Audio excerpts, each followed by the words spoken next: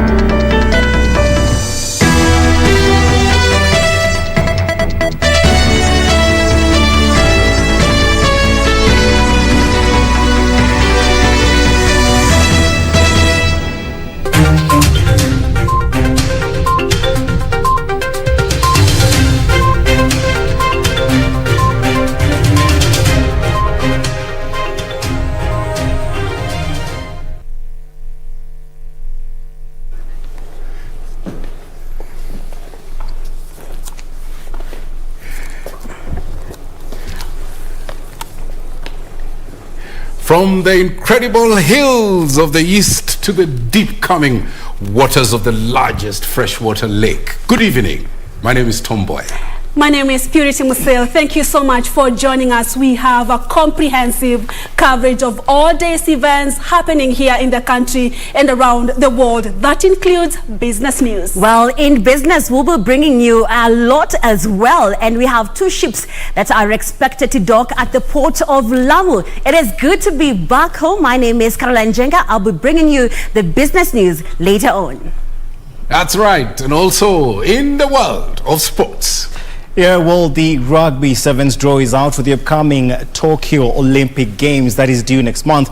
I'm Richard Munga, and later on in the sports segment, I'll be telling you who Kenya's Shujaa as well as the Lionesses will be playing in Tokyo. See you then. But first things first, tonight highlights. You're not invited. Appellate court declines to admit city lawyer in BBI case. Actually, their matter can be determined within 60 days. And once their case is heard, judgment can be delivered in 3 days. Trying every tactic, court extends sittings to clear backlog. Stick to the protocols. Officials urge Kenyans in COVID hotspot counties.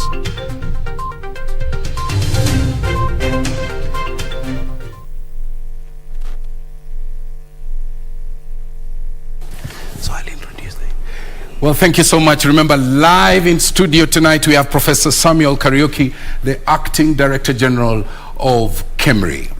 Absolutely. You can interact with us at KBC Channel 1 News. The hashtag to use tonight is Prime Edition. And Wangeshi is a sign language interpreter tonight. And let's get straight to our top story. Lawyer Charles Kanjama has been struck off the BBI appeal case ahead of its commencement Tuesday. A 3-judge bench ruled that the bid by Kanjama to be enjoined in the case was not properly before the appellate court, as the High Court had equally denied him a similar opportunity. John Jacob opens our coverage with that report tonight. To the rejection of Kanjama's enjoinment bid by the High Court on March 17th during a hearing of a consolidated petitions challenging BBI, Attorney General Kihara Kariuki led the team of appellants opposed to being included as an interested party. And Monday, a 3-judge bench of the Court of Appeal consisting of Daniel Musinga, Hannah Okwengu and Roslyn Nambuye ruled that Kanjama's bid was not properly before the court, denying him the chance. Kanjama was however given up to Wednesday this week to properly file an appeal relating to his notice of appeal anchored on the failure by the High Court to give reasons for declining his application.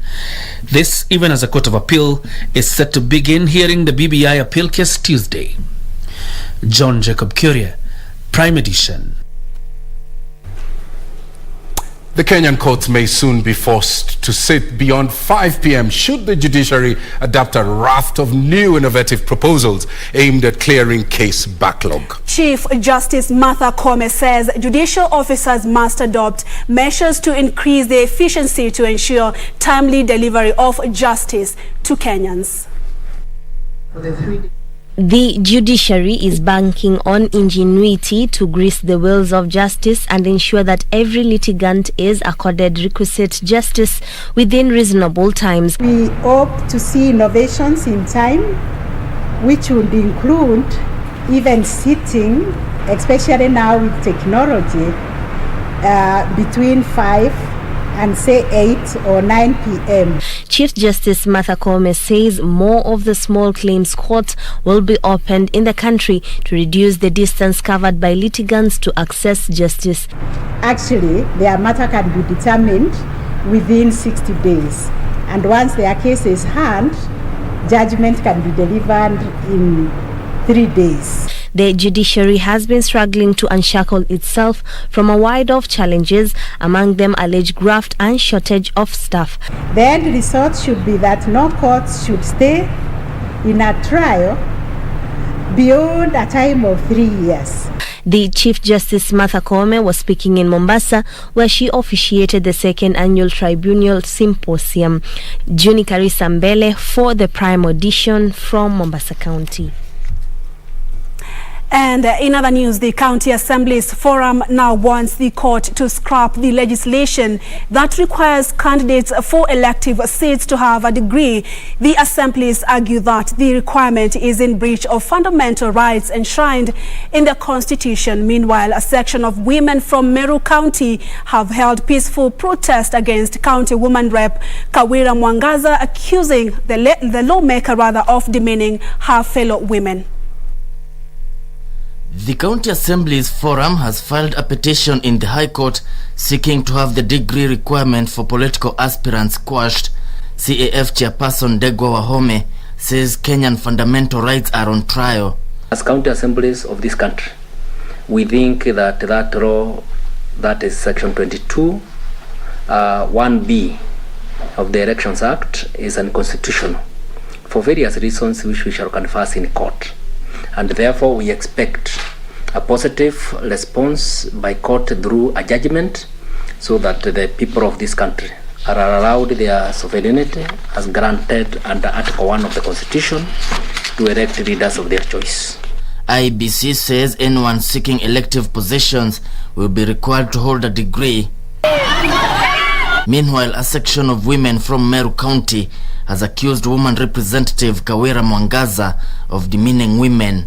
Tunataka kujua ofisi ya ngafu iko wapi, ndio tuende tukaangalia hiyo mahesabu na tujue ni vikundi gapi akina mama imesendiwa na hiyo pesa, vikundi gani ya vijana, sababu ile asubuhi hata wasee walipiga kura. Elsewhere, Tiati MP William Kamket has urged the Court of Appeal to quash the recent ruling on Building Bridges initiative. Ninaomba wakati wa kesi itaanza kesho, hawa majaji wasikize kwa makini, waturudishie katiba yetu, sisi twende tufanye referendum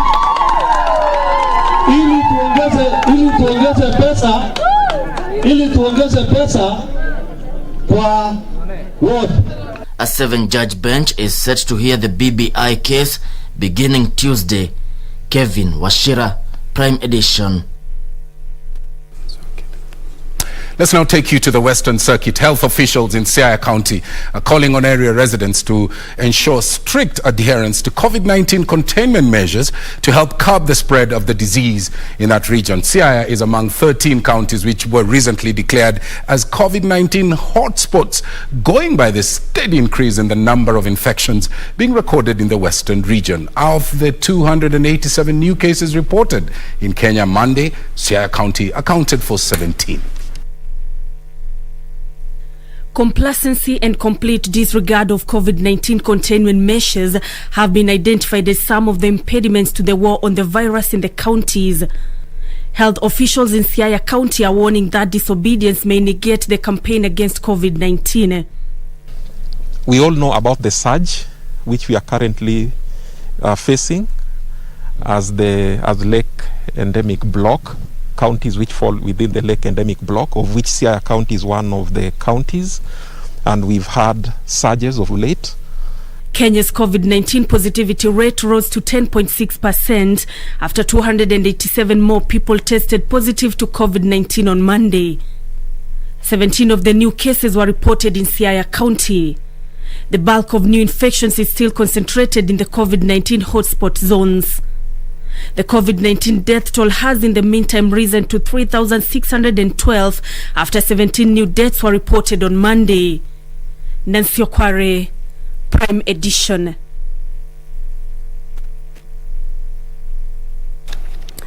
And now to the corridors of justice. The prosecution in the kidnapping case of a businesswoman, Hamfa Mohammed, wants 2 suspects arrested on the 27th of June detained for 14 days in an application filed at the Makadara Law Courts. The prosecution is seeking to have Jackson Jogu Wanjiru and Hamfa Abdi Ahmed remain in police custody to allow completion of investigations. The Makadara Law Court will on Tuesday afternoon rule on a miscellaneous application seeking the detention in police custody of 2 suspects arrested in connection with an alleged kidnapping of a businesswoman, Hafsa Mohammed. The suspects are Jackson Jogu Wanjiru and Hafsa Abdi Ahmed. The grounds of the application include to conduct identification parade for the 2 respondents, to record statements from their victim and other witnesses, to allow for the file to be taken to the ODPP for perusal and advice, and they believe there are multiple crime scenes involved which can only be assessed with the assistance of the respondents. An application has also been made seeking the release of Hafsa Abdi on bail or bond and for the suspect to undergo medical examination. It's alleged that Jackson Jogu Wanjiru and Hafsa Abdi Ahmed, in conjunction with others who are still at large, took the victim to Kayole ostensibly to be incorporated in a business of supplying watermelon. It was when leaving the venue that the victim was accosted by 2 men who kidnapped her and took her to a known place within Kayole. For Prime Edition, I'm Serafina Robbie. Let's now take you to Mboya. Transport has been paralyzed along the Tongonya Road in Mboya East Sub-County after irate residents barricaded the road to block trucks from using it. The locals claim that lorries transporting sand from the area have made the road impassable.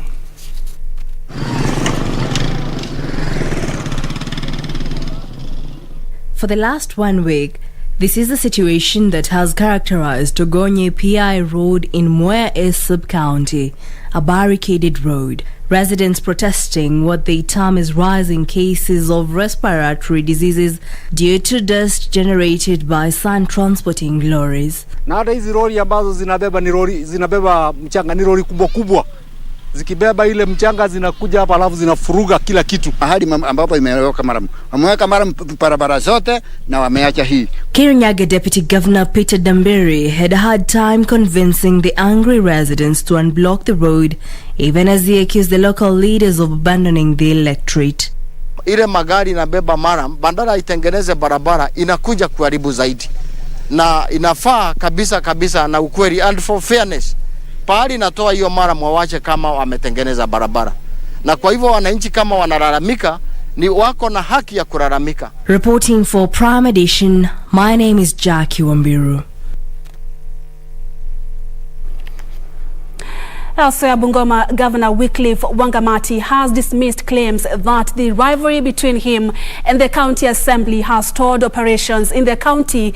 While appearing before the Senate Committee on Finance, the governor blamed his rivals for allegedly orchestrating the allegations with a view to making him look unfit for office.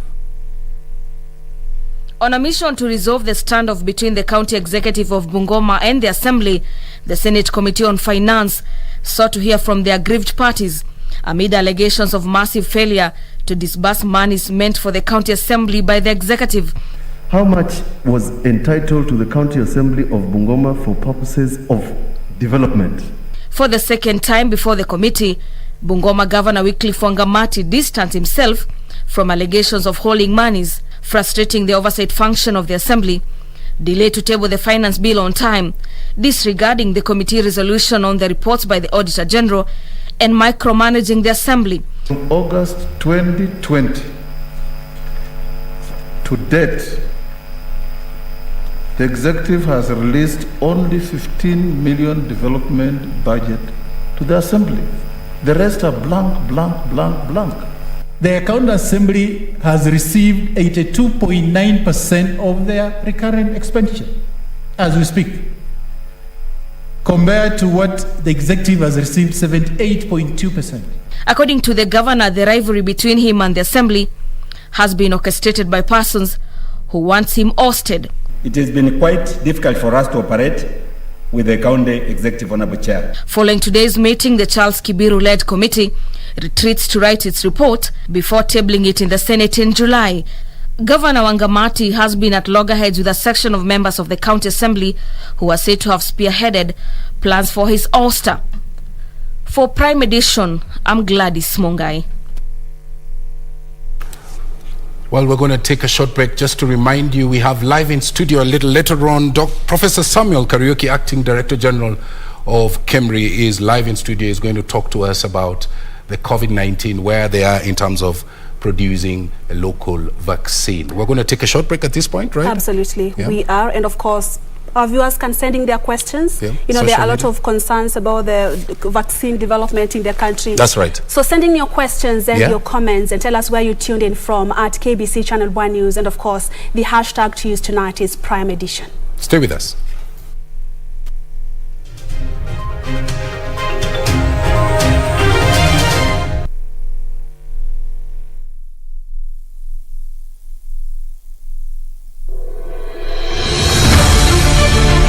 If you have been in contact with someone who is suspected or has tested positive for COVID-19, self-quarantine for 14 days and call 7194 for help. Self-quarantine restricts movement and the spread of the disease and protects your family, friends and community from being infected. During self-quarantine, you are advised to stay in a separate room, disinfect surfaces and clothing with appropriate disinfectant, avoid sharing household items, including utensils, towels and beddings, do not receive visitors, wear an appropriate face mask if you must be around other people. COVID-19 is preventable. Protect yourself, family and the community. This message has been brought to you by the Government of Kenya and its partners. Dear customer, you can now access Kenya Power services fast and easy directly from your mobile phone by dialing *977#. If you are a postpaid customer, press 2 after dialing *977# and you will be able to pay for your bill, access your bill and receive bill alerts. You can also do self-reading of your meter. Simply go to the self-reading menu, add your account number, input the current meter reading, then send. You will receive your power bill within 24 hours. Your meter number is automatically saved for future references. Kenya Power, powering people for better lives. Malaria ni ugonjwa hatari sana unaoua watu wengi hapa Kenya. Japo kuko na corona, hatari ya malaria bado iko. Mtoto huyu alikuwa na joto jingi, kutetemeka, kuumwa na viungo na uchovu. Alikimbizwa hospitali ya umma ambako sheria za COVID-19 uzingatiwa na ni salama kwa shughuli ya upimaji. Vipimo vilionyesha kuwa ana malaria na papo hapo daktari akampa dawa za malaria na kumshauri azimalize, na ili kujikinga wawe wakilala ndani ya neti iliyotibiwa. Malaria husambazwa na mbu. Walio hatarini ni watoto wa chini ya miaka 5 na akina mama wajawazito. Kupimwa na kutibiwa ni bure katika hospitali zote za umma. Usisahau adui malaria. Zero malaria huanza na mimi. Chukua jukumu leo. Komesha malaria. Ujumbe huu umeletwa kwenu na Wizara ya Afya. Kuna vitu zingine sio bazu true, kama kuchokoza dem sio bazu true, kuwadhulumu kuwapiga sio bazu true, sio poa ni hatia na kukosa utu. Tushikane watu wote tuwe bazu true, kuwalinda wanawake tuwe bazu true, wanaume form ni moja ni bazu true. It's not a boys club if you aren't all winning. Be better and demand the same of those around you. Kuwa bazu true. Stop gender-based violence.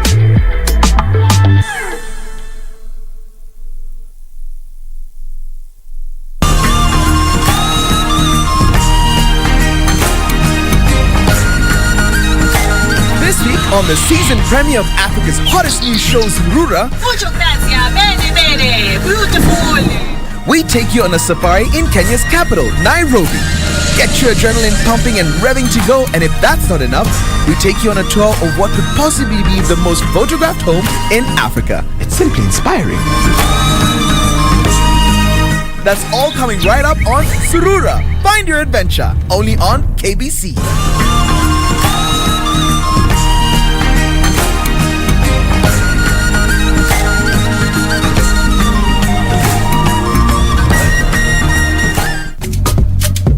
where it all began. As the mother of broadcasting in Kenya, you can trust KBC to bring you authentic news and programs to your living room. As KBC, we take pride in our unrivaled heritage as Kenya's trusted national broadcaster. Commanding over 92% digital television signal coverage of our country, 23 radio services that cut across our entire language spectrum, a national, regional and international digital presence backed by the most experienced and top-notch broadcast professionals in the industry. Very good evening to you. The new look Kenya Broadcasting Corporation is truly ahead of the pack. Turn to the mother of broadcasting in Kenya for stories that resonate with our identity, our aspirations as a people united in purpose. Real stories of hard work, of passion, of creativity, of big dreams. Stories that cement our nationhood. Stories that bring us together as one. We take pride in our shared heritage and destiny. KBC, informing, educating and entertaining Kenyans as one nation. KBC, Kenya's listening, Kenya's watching.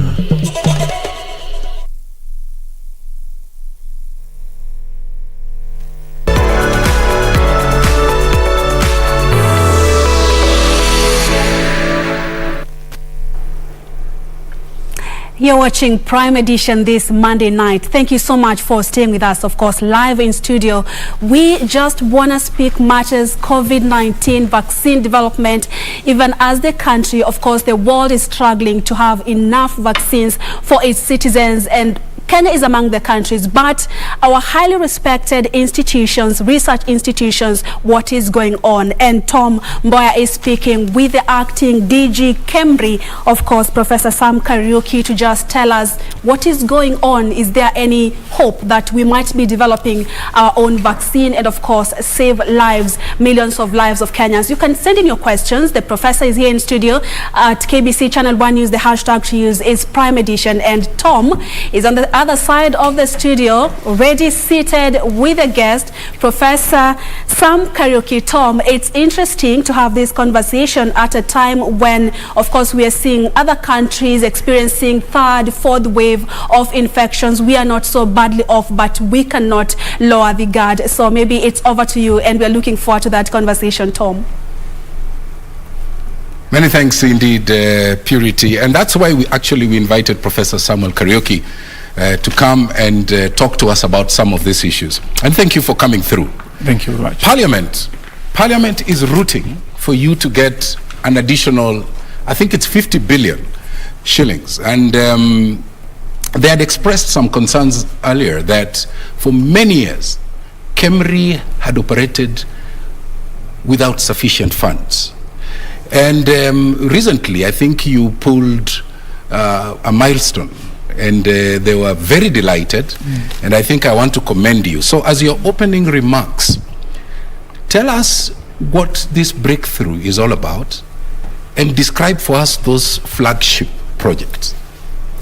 Thank you very much, Tom, and very, very glad to be here this evening, even to be able to talk to the public about what KEMRI, through the Ministry of Health, is doing on COVID-19, especially not just on vaccine development, but also on diagnostics. Yeah. Because you really have to start somewhere, being able to detect disease to be able to know how to manage it. Yeah. And some of the milestones that we've made, as you alluded to, include aspects of being able to support the Ministry of Health with regard to widespread diagnostics. Okay. That's one. But number two, as a research institution, we've been mandated by the Ministry of Health to be able to come up with products that can be able to assist in the process of actually being able to diagnose, but also manage the conditions. What are some of these products? And one of the main products here is what we call virus transport medium. Yeah. It's a very, very important medium, and for which then if you're transporting samples, say from a remote location that's not next to a laboratory, you are required to put that sample in a transport media, so that you are able to preserve the material, the biological material that you're going to test. So for my grandmother to understand this, yes, please. You're basically saying testing kits. That's different. The transport material is like a preservative for the sample to be tested in the laboratory. Now, the testing kit is something different. The test kit is what you use now in the laboratory to be able to detect the virus itself. So there are two things here that we have developed with a lot of support from the Ministry of Health. One is the medium to transport the sample from the individual being tested to the laboratory where this test is going to happen. That medium is very, very important, because if you don't put that sample in the medium, the virus will die off and you'll not be able to detect it properly in the laboratory. Yes. So how do we, now that you have, and that's a milestone really. Yes, indeed. How do you ramp up production? Very good question. Just like for the kit that we have produced locally, we have now what we call a locally produced PCR kit. Now, PCR is a process through which we do the actual diagnosis for the virus, as with any other pathogens. We have a locally produced kit, and what we want to do now is to partner with industry to be able to ramp up that production to commercial level, so that just like we do for other products at Kemri, where we partner with industry to produce bulk quantities of sanitizers, and we sell that to the public through KEMSA and through other organizations. So the same thing we'll do for this kit and also for the virus transport media. But as we speak, we actually supply a lot of laboratories and a lot of institutions that are testing COVID-19 with the virus transport media. Now, there's a global push to have COVID-19 patents waived. Yes. Right. Recently, Kenya and France unveiled an assembly plant here. Are we likely to see a similar arrangement with Kemri? What has happened is that the Ministry of Health actually has come very, very strongly in support of developing a local capacity for vaccine development. And I would say about 3 months ago, the CS himself launched an interagency committee that is headed by Kemri, by the new, in fact, we have a new board led by a new, I would say, institutional mandate to be able to look at local capacity for vaccine production. And the new chair of the board of directors, Dr. Binde, has been given that mandate by the CS to be able to spearhead that committee, to be able to look at all options available, to be able to have Kenya as a local manufacturing capacity. What would hinder that development? From where you're sitting? Exactly. There are three phases of vaccine production.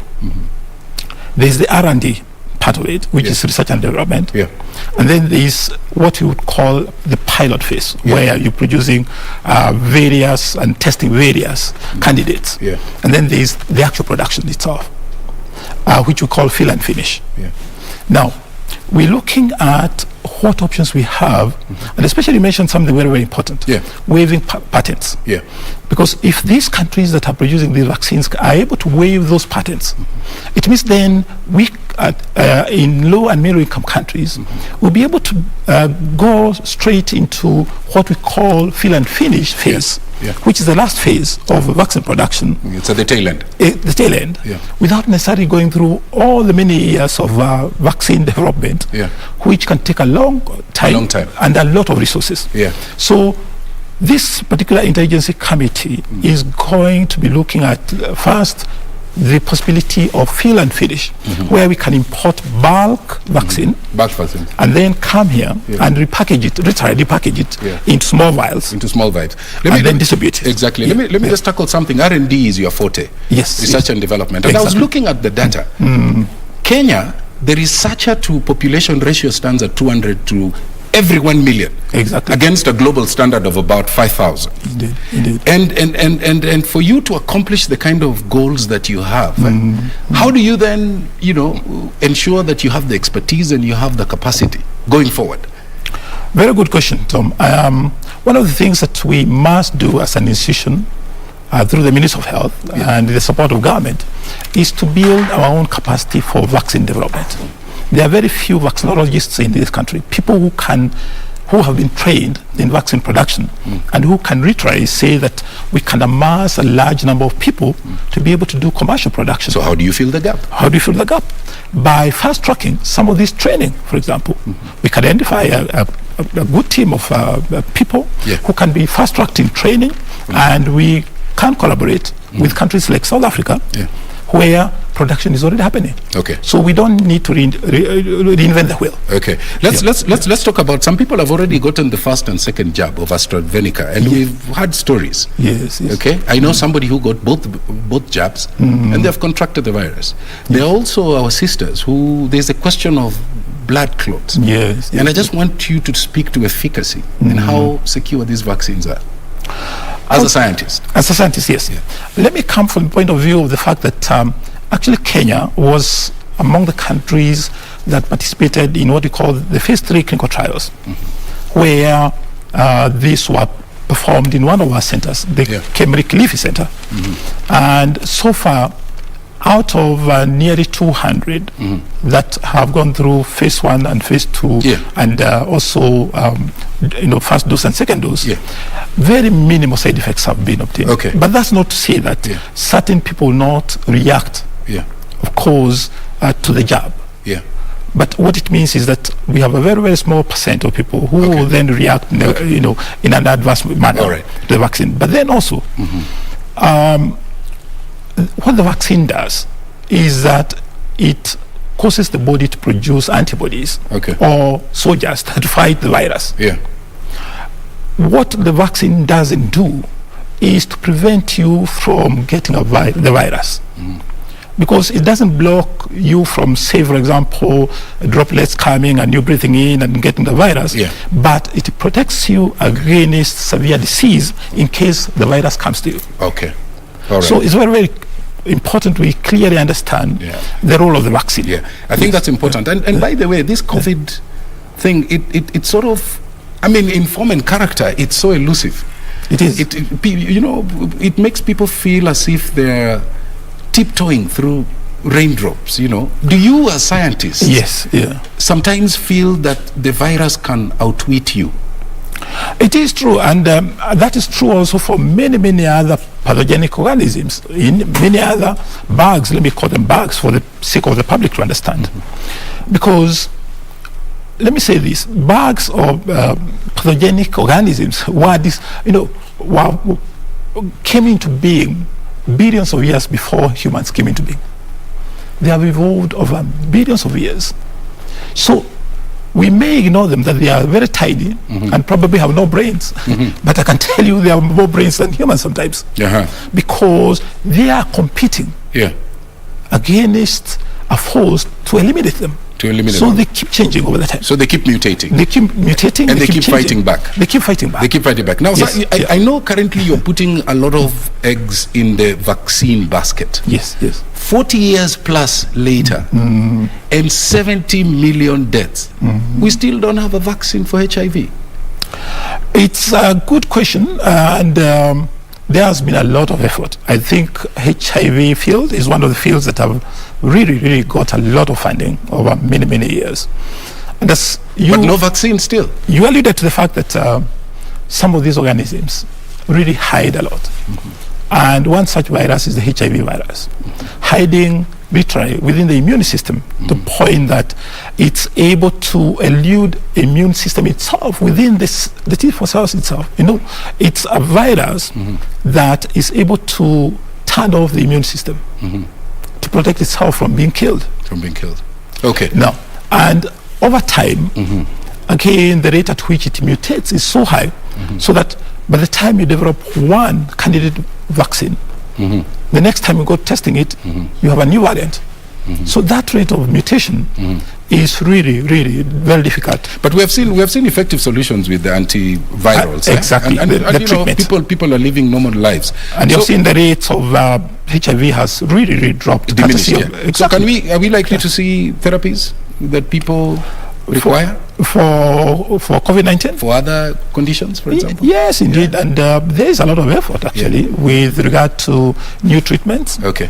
I would say globally there has been less, I would say less investment in new products. As we come to the close of this interactive session, yes, I mean, the positivity rate sustained at about 5%. For HIV? For COVID-19. Yeah, between daily cases around between 5 and 10%. Yeah. I mean, simply that's a simple way of predicting a surge. Should we expect a fourth wave? Is it around the corner? Well, yes and no, because it really depends on how we behave sometimes.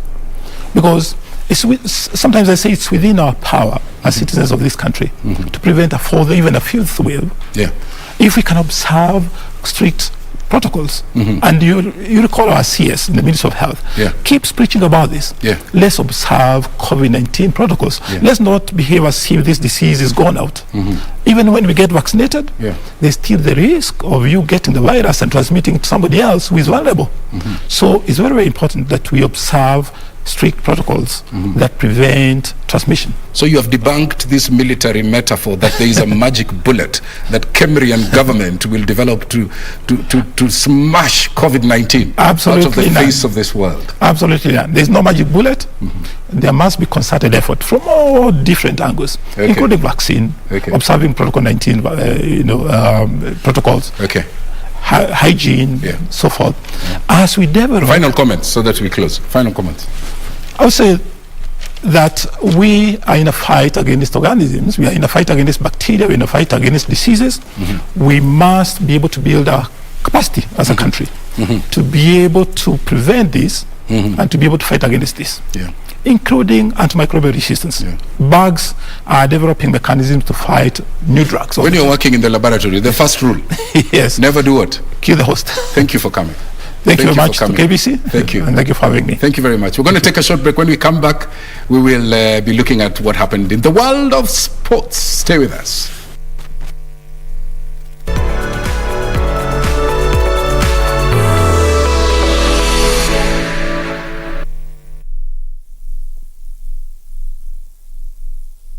What does this number mean to you? A pack leader? A winner? Or just a number? To us, it means freshness, boldness, vibrancy and heritage. That's why at KBC Channel 1, we make it easier for you to pop up your family entertainment to a fresh, exciting and colorful bouquet. The future of money is simple, like unlocking possibilities with a smile. And having the world in the palm of your hand.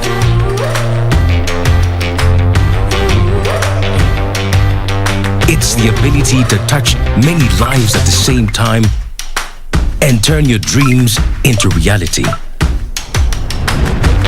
It's forgetting and still remembering. Simple is having everything that you love in one place. From the ticket to your next meal, to your ticket to the next holiday. It's an easy way to ask for a boost when you're low.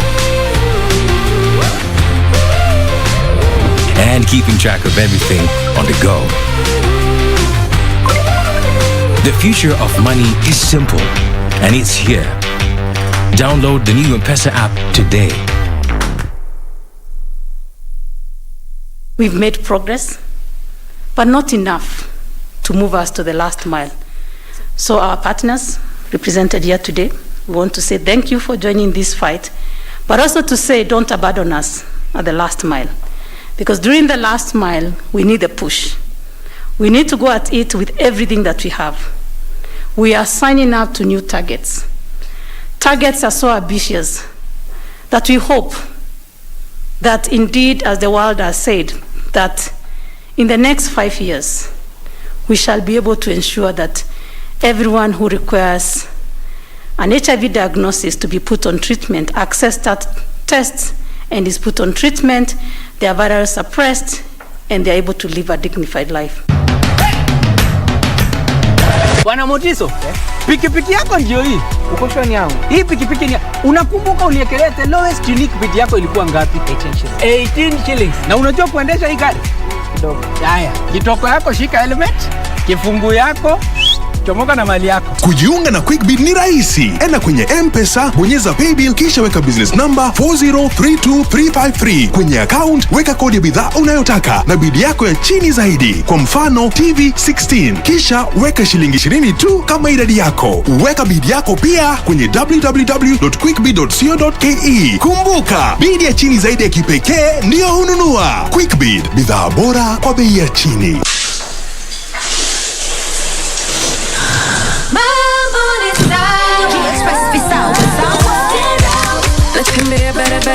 Fresh and clean na nukia mimi niko sawa na pale pale mtaani ngozi ni laini ninajua niko sawa sawa. Young lady, you're taking too long. 2 more minutes nitazima stima. 2 minutes. Sawa mom.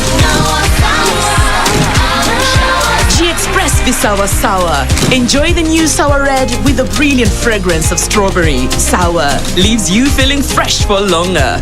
G-Express Visawa Sour. Kuna vitu zingine sio bazu true kama kuchokoza dem sio bazu. Hey, no stress, have some fun. For 5 years I've done a music show, and in the music show I've interacted with artists, and then I've also done music myself. And that first one, where our very own boy band Sauti Sol have put out the video for Rumba Japani finally. Harmonize is set to do a live virtual concert that he says will be the biggest ever done. Kuabazu True. Stop gender-based violence.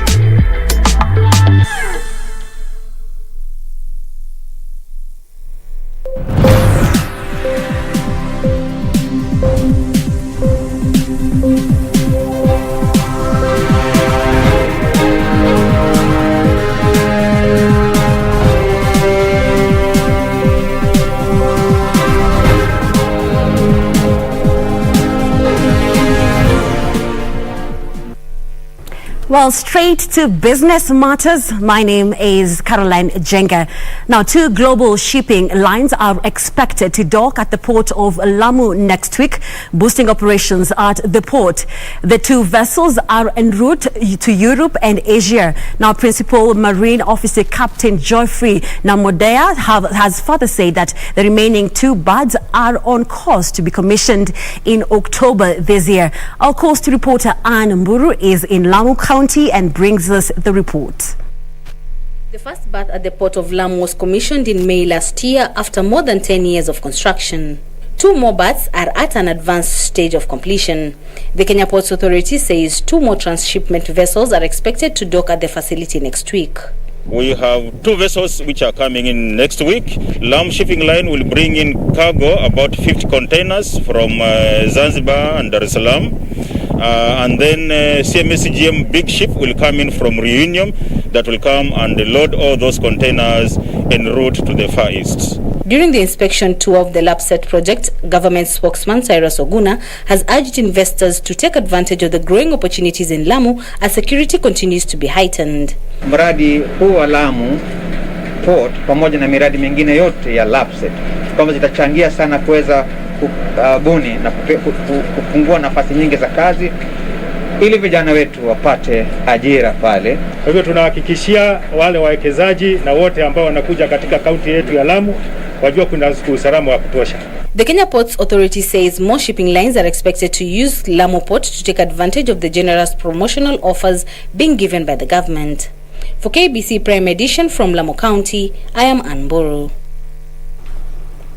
Kenya is exploring other chili markets in Asia and Middle East after the European Union banned the crop from Kenya, according to the Horticultural Crops Directorate. Now, farmers are incurring huge losses following the ban due to the presence of false coding moth in consignments to Europe. Hardest hit are chili farmers in Kitui County, where farmers are stuck with 114 tons of chili with no market.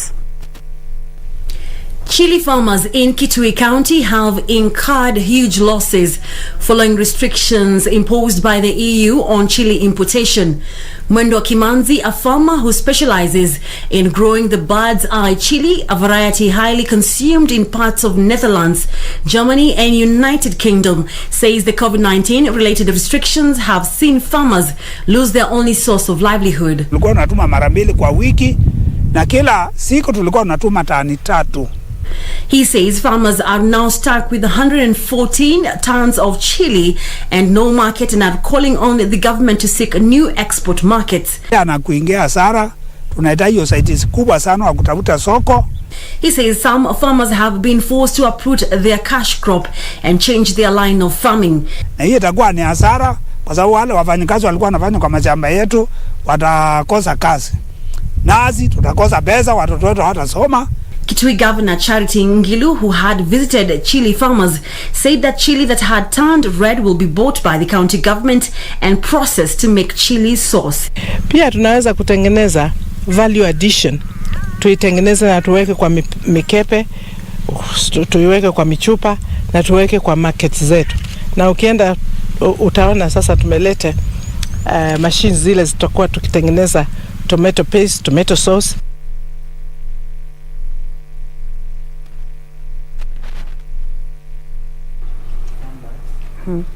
Now, the Capital Markets Authority has issued the first set of licenses to 5 coffee brokers in line with the Capital Markets Coffee Exchange Regulations 2020. CMA Chief Executive Wycliffe Shamaya says the licenses will allow the brokers to carry out the role of coffee brokerage services at the Nairobi Coffee Exchange. Last year, the Capital Markets Authority allowed coffee brokers to continue trading under all rules. Marketing agents intending to operate as coffee brokers at the Nairobi Coffee Exchange were asked to apply to the authority for licensing before a July 1st, 2021 deadline. As a result, a CMA has issued conditional licenses as a commitment to ensuring that trading of coffee continues at the NCE without disruption even beyond the 30th June 2021 deadline, thus granting an extension of 3 months to the marketing agents currently trading at NSE for others to apply for the coffee broker license. Meru County Coffee Marketing Agency Limited has been granted a full coffee broker license, whereas other applicants for coffee broker license, namely Kipkelion Brokerage Company Limited, Muranga County Coffee Dealers Company, Mount Elgon Coffee Marketing Agency Limited, and United Eastern Kenya Coffee Marketing Company Limited have been granted conditional licenses.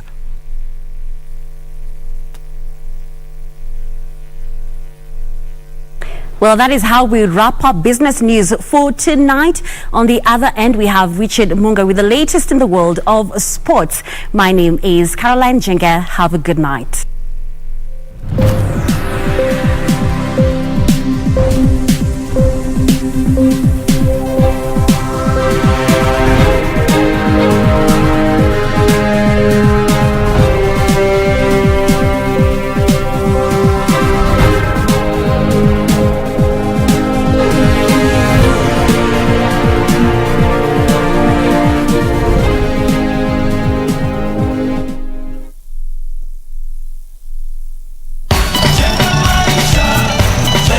Watu wangu wa mjei, strong. Unajua kurejista na NCA, National Construction Authority, inamaanisha nini? Inamaanisha umetambulika kama fundi wa mijengo hodari kulingana na ujuzi wako. Inamaanisha umesimamiwa kiafya, kikazi, kimalipo na kisheria kote Kenya. Inamaanisha pia umeaminika. Wewe sio fundi bandia na kwa hivyo utaitiwa kazi mingi. Be sure, jenga smart. To ensure the safe construction of all residential, commercial structures, roads and other works, the National Construction Authority is directing all contractors to be registered with and workers accredited by the authority to ensure compliance with the construction regulations of Kenya. Reach our customer care team on 0709 126 173, 0709 126 102 and 0709 126 172. National Construction Authority. Building a strong Kenya. Kuna vitu zingine sio bazu true, kama kuchokoza dem sio bazu true, kuwadhulumu kuwapiga sio bazu true, sio poa ni hatia na kukosa utu. Tushikane watu wote tuwe bazu true, kuwalinda wanawake tuwe bazu true, wanaume form moja ni bazu true. It's not a boys club if you aren't all winning. Be better and demand the same of those around you. Kuwa bazu true. Stop gender-based violence.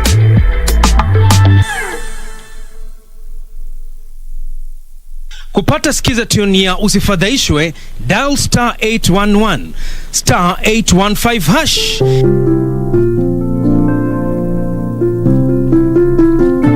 Usifadhaishwe na mafanikio ya wengine ukihisi kwamba maisha yako hayana maana. Kumbuka, wengi huzungumzia tu mafanikio yao na si changamoto walizozipitia na ni mara ngapi walianguka. Tia bidii, muda wako utafika. Ili kupata skiza tune hiyo ya usifadhaishwe kwa simu yako, dial star 811 star 815 hash, star 811 star 815 hash.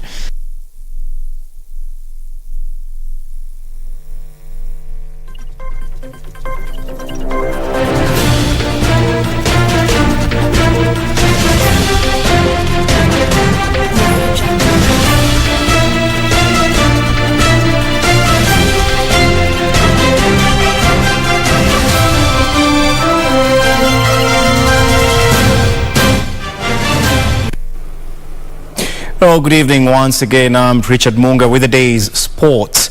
On to a top story tonight, whereby Kenya national rugby 7 side Shujaa will come up against South Africa, USA and Ireland in the rugby 7's pool at next month's Tokyo Olympics in Japan. Kenya Lionesses, meanwhile, will take on New Zealand, Great Britain and Russia in Pool A of the women's tournament. The teams have been allocated to 3 pools of 4 teams according to rankings based upon performances in the HSBC World Rugby 7 Series and other World Rugby sanctioned tournaments over the past 2 years. The men's competition sees 3 of the top 4 placed teams from the Rio 2016 Olympic Games together in Pool B, as reigning Olympic champions Fiji will face silver medalist Great Britain and host Japan, who finished a very creditable 4th in Rio, along with Olympic debutants Canada, who claimed bronze at the last HSBC World Rugby 7 Series event, which took place in Vancouver last year. Pool A sees a renewal of the rivalry between World Series champions New Zealand and Australia. Joining them is Argentina, who finished 6th in Rio, alongside Olympic debutants Korea, who qualified for Tokyo by winning the Asian qualification tournament with an extra time golden point try to overcome Hong Kong. Kenya, who qualified courtesy of their first Rugby Africa Men's 7s title since 2015 and have been pulled in Pool C alongside bronze medalists in Rio, South Africa, USA and Olympics debutants Ireland. In the women's tournament, Lionesses will be up against current Rugby World Cup 7's title holders New Zealand, Great Britain and Russia. Rio 2016 bronze medalist Canada highlight Pool B alongside France, Fiji and Brazil. Host Japan are in Pool C with Rio 2016 Olympic champions Australia, USA and China. Meanwhile, Kenyan champions Gor Mahia have launched an ambitious plan to raise 200 million shillings in the next 2 months to keep the club afloat. Under the scheme, members will be encouraged to contribute at least 100 shillings, while those living abroad will donate $1. Club chairman Ambrose Facher said in a statement that the move is meant to help them deal with the financial problems that they've had in the past, and came up with the idea after studying financial models of some successful clubs. According to Facher, year. The fundraising scheme shall involve making members and supporters the main source of funds for the club. Despite being league champions, Gor Mahia have always struggled financially, with players going for months without pay sometimes. The club has been suspended by FIFA from signing players in the next 2 transfer windows after it failed to pay some of its players.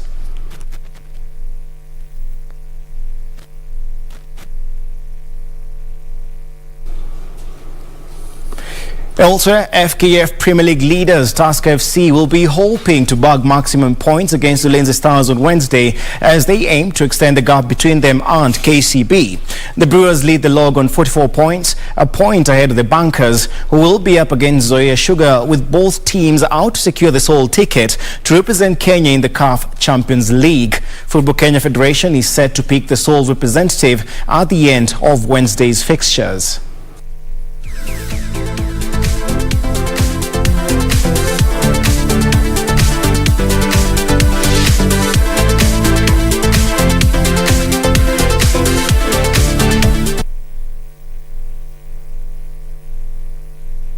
Internationally, France boss Didier Deschamps has warned the players not to underestimate Switzerland and is preparing to overcome mounting injuries before tonight's last 16 tie. Meanwhile, a moment of class from Torgan Hazard proved enough to knock out holders Portugal as Belgium continued their pursuit of a first major title by reaching the quarterfinals of Euro 2020. De Bruyne, Meunier. Shooting chance! Oh, my goodness me! Torgan Hazard! What a...